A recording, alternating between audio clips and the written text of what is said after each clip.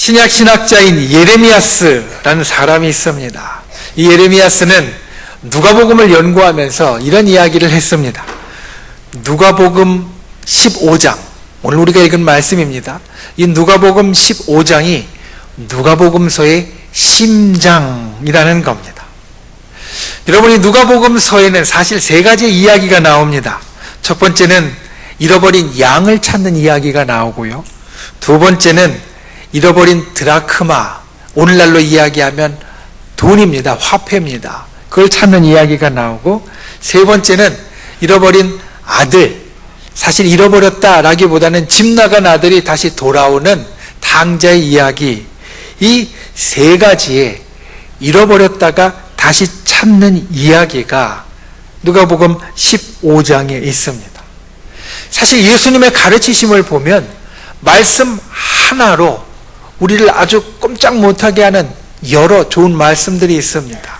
한 구절로 하나님의 말씀을 풀어주시면서 또 우리들에게 권면하시면서 한 말씀 한 구절로 그냥 처음에 말씀하신 것 같이 회개하라 천국이 가까웠노라 한마디로 우리의 심장을 찌르는 아주 좋은 말씀들이 많이 있습니다.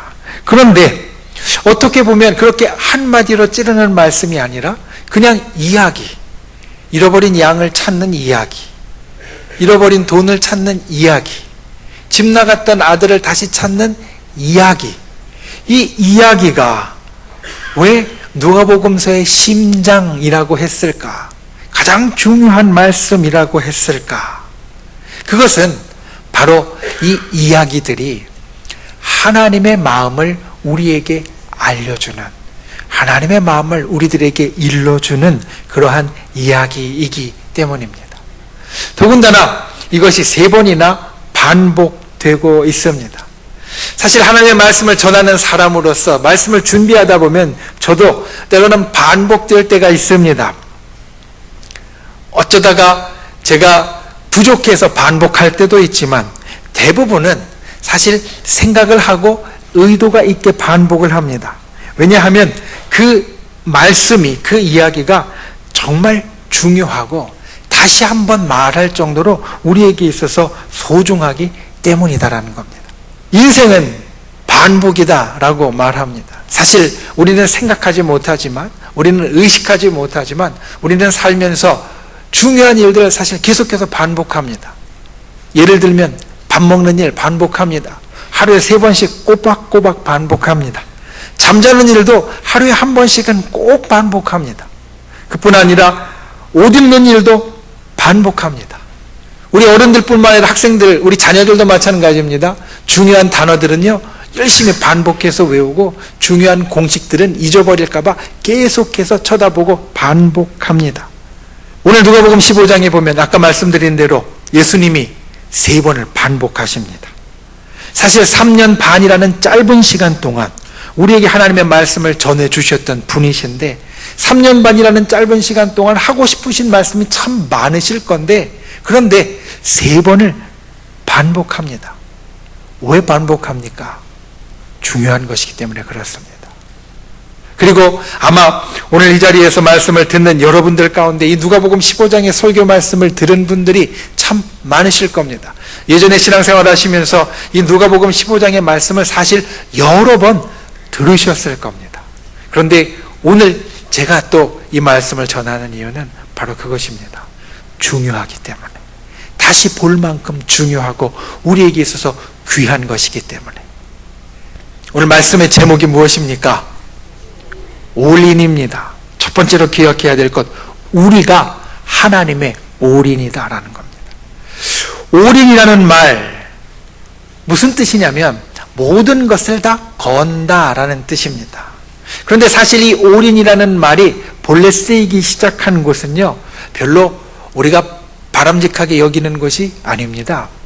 어디에서 처음 쓰였냐면 도박하는 데서 사실 이 올인이라는 말이 쓰였습니다. 자기가 갖고 있는 것, 자기가 지금 하고 있는 이 게임에서 내가 절대로 잃지 않고 모든 것을 다 얻을 만한 확신이 있을 때 내가 갖고 있는 모든 것을 다 거기에 거는 것, 다 집어넣고 내가 분명히 이때는 딸 거야 라고 생각하면서 다 거기에 쏟아붓는 것, 이것을 올인이라고 부릅니다. 올인, 모든 것을 집어넣는다라는 겁니다. 그런데 이 말이 우리나라에서 아주 유명한 드라마의 제목으로 쓰인 다음에 이 말이 도박에서뿐만 아니라 모든 사람들이 그냥 일상적으로 쓰는 말이 되었습니다. 어떨 때 이 말을 쓰냐면 정말로 내가 확실하게 여겨서, 정말로 내가 분명하게 여겨서 내 모든 것을 다 쏟아 부을 만할 때, 내가 여기에 올인했어, 내가 여기에 모든 것을 다 부어서, 이렇게 이야기한다라는 겁니다. 오늘 우리가 읽은 본문 말씀 누가복음 15장 4절부터 6절까지의 말씀은 잃은 양 하나를 찾는 말씀입니다. 양 몇 마리가 있다라고 4절 말씀 이야기하냐면 100마리, 100마리가 있다라고 이야기를 합니다.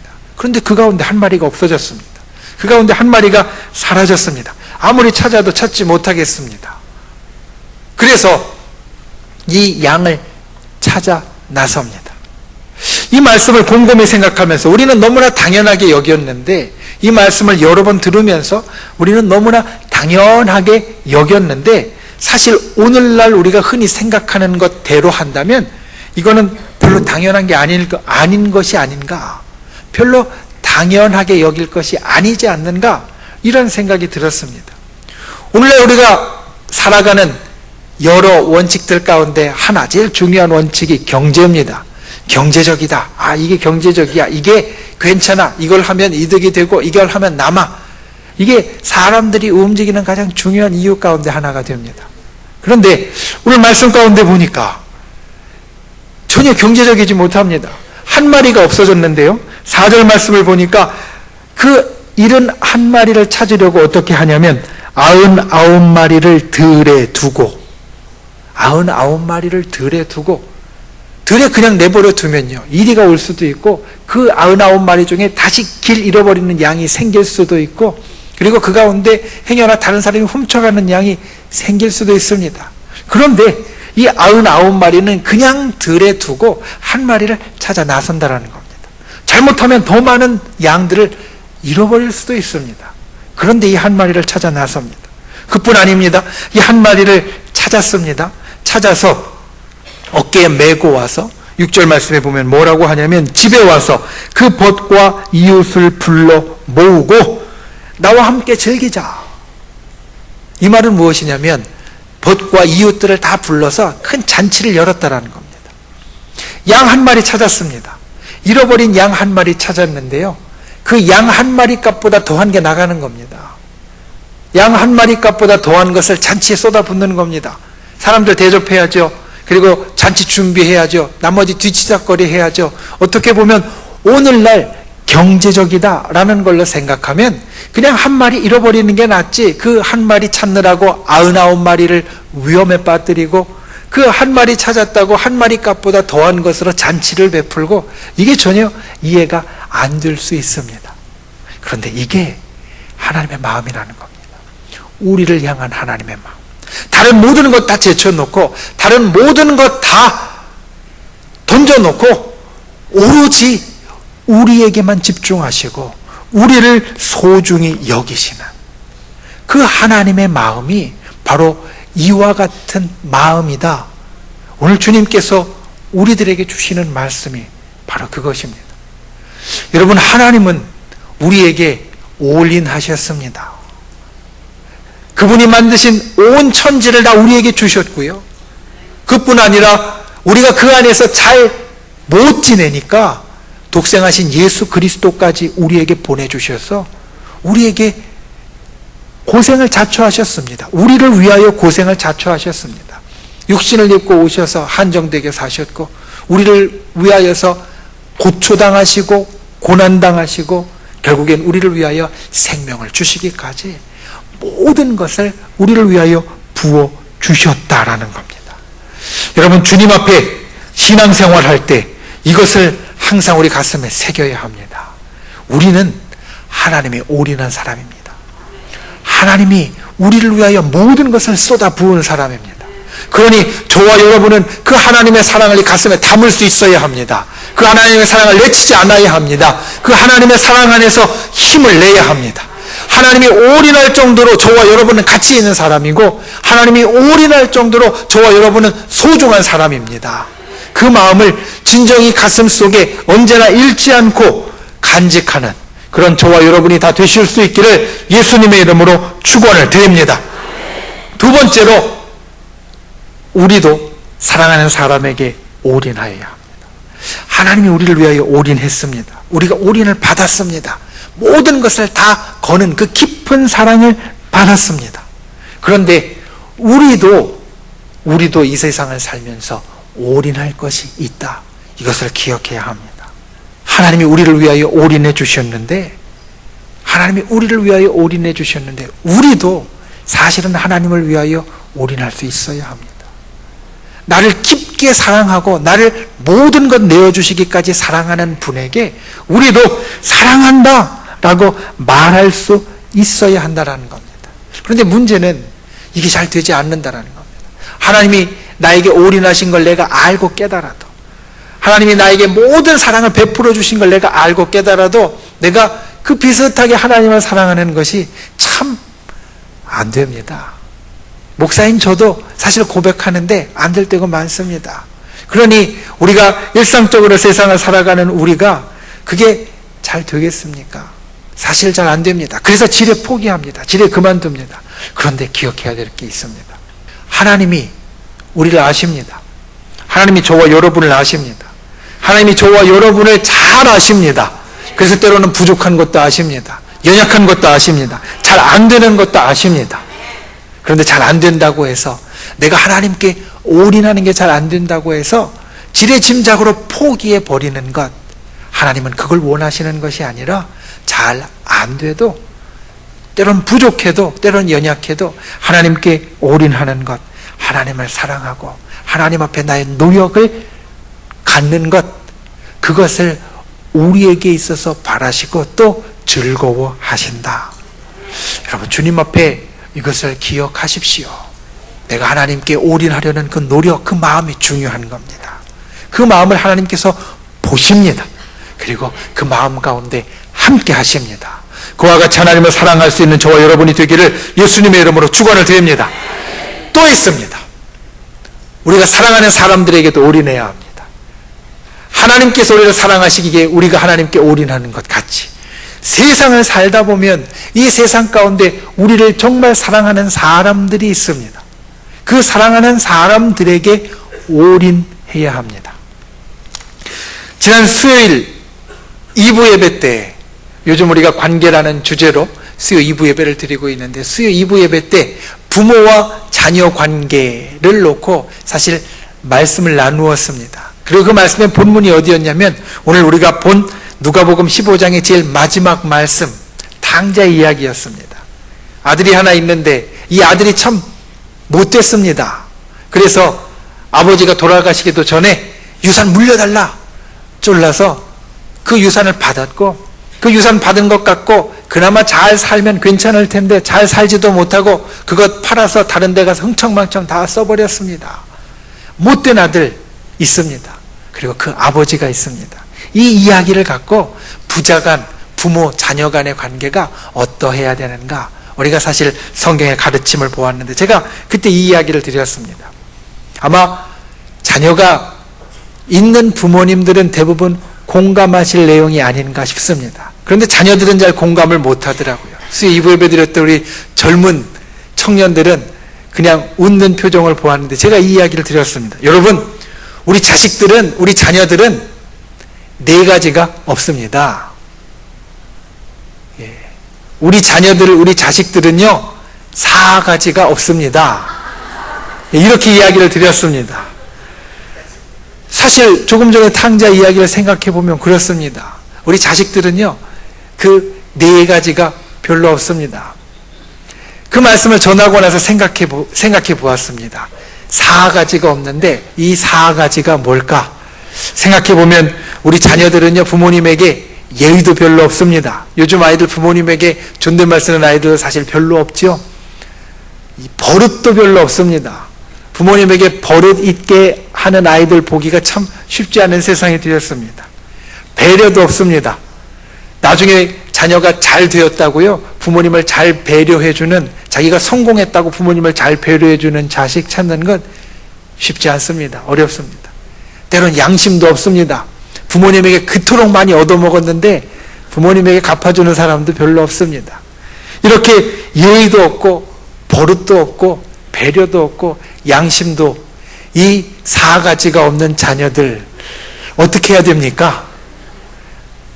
사랑해야 됩니다. 사실 탕자가 그랬습니다. 집 나간 이 아들이요, 이 4가지가 없었습니다.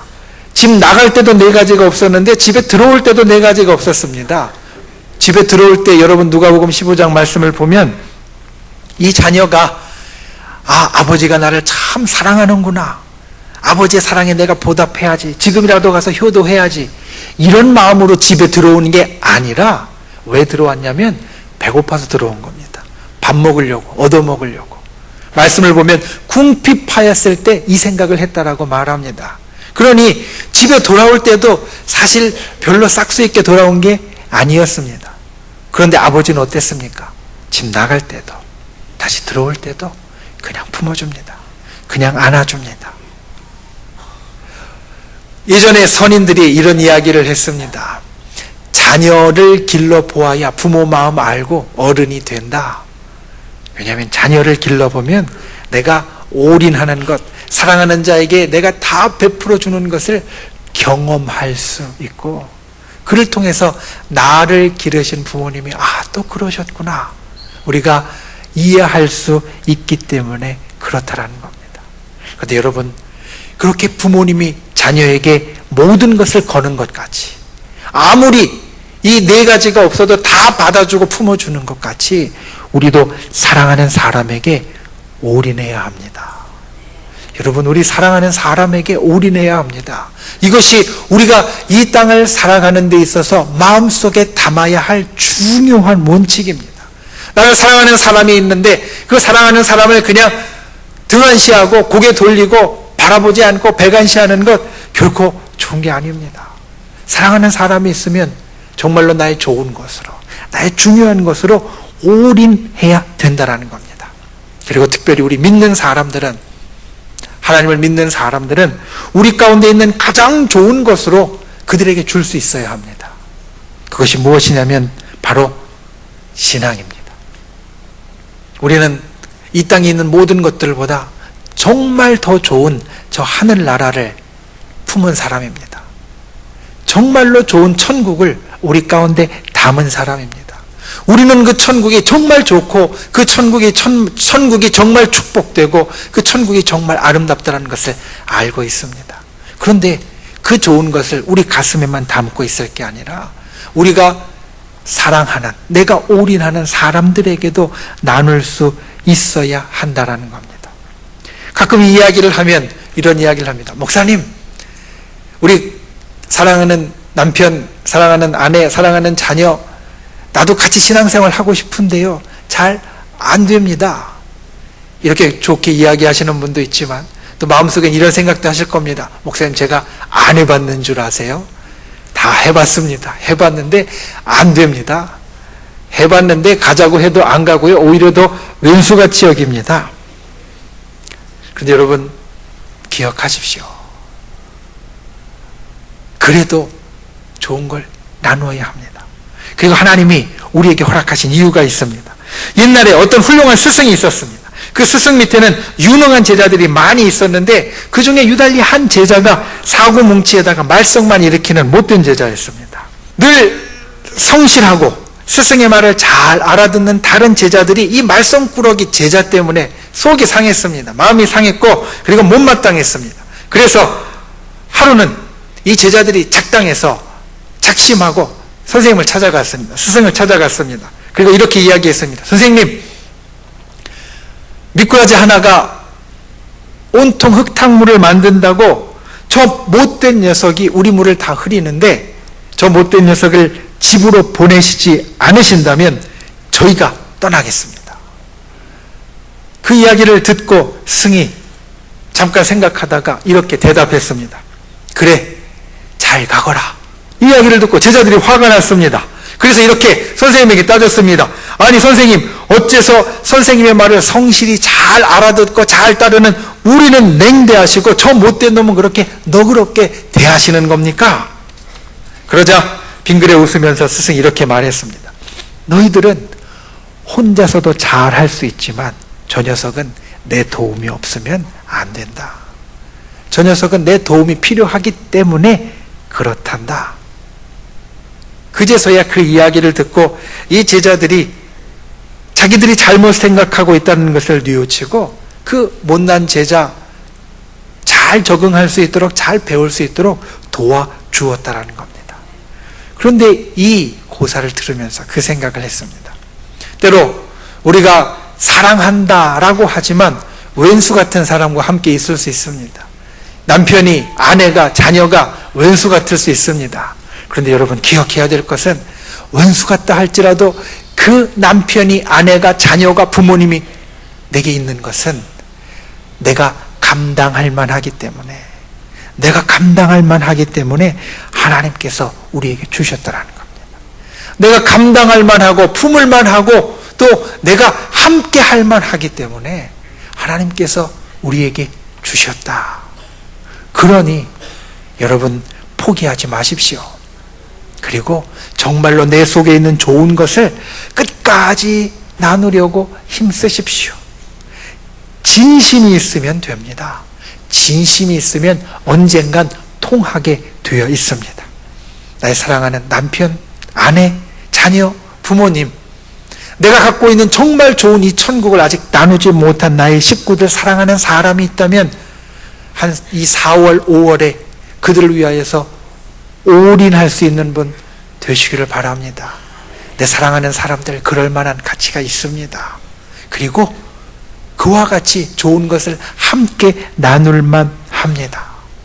그와 같이 사랑하는 사람들과 올인할 수 있는 그러한 저와 여러분이 다 될 수 있기를 예수님의 이름으로 축원을 드립니다. 말씀을 맺습니다. 철학자 파스칼은 신앙에 대해서 이렇게 이야기했습니다. 신앙은 도박과 같다. 도박사가 자신의 손안에 든 패에 자기의 전 재산을 걸듯이 신앙인은 자기가 믿는 신앙과 자기가 선택한 신에게 자기의 전체를 건다. 그런데 도박사와 다른 것이 이승과 저승의 운명을 다 건다라는 겁니다. 도박사는 끽해야 자기 재산만 걸지만 신앙은 이승과 저승의 모든 운명을 건다. 여러분, 하나님은 우리가 그렇게 올인할 만한 분이십니다. 왜냐하면 하나님이 먼저 우리에게 올인해 주셨기 때문입니다. 그것을 분명하게 가슴에 기억하십시오. 하나님이 우리에게 올인하셨습니다. 그 하나님의 사랑이 이 속에 있어야 합니다. 하나님의 올인하신 그 사랑을 언제나 잊지 않아야 합니다. 세상에서 내가 하나님의 올인할 정도로 소중한 사람이다, 이것을 기억해야 합니다. 그와 같은 삶을 사시기 바랍니다. 그리고 또한 나도 사랑하는 사람을 위하여서, 사랑하는 존재를 위하여서 올인하는 분이 되십시오. 나를 사랑하는 하나님을 위해서, 그리고 내가 진정 사랑하는 내 가족을 위해서 올인할 수 있는 저와 여러분 다 될 수 있기를 예수님의 이름으로 축원을 드립니다.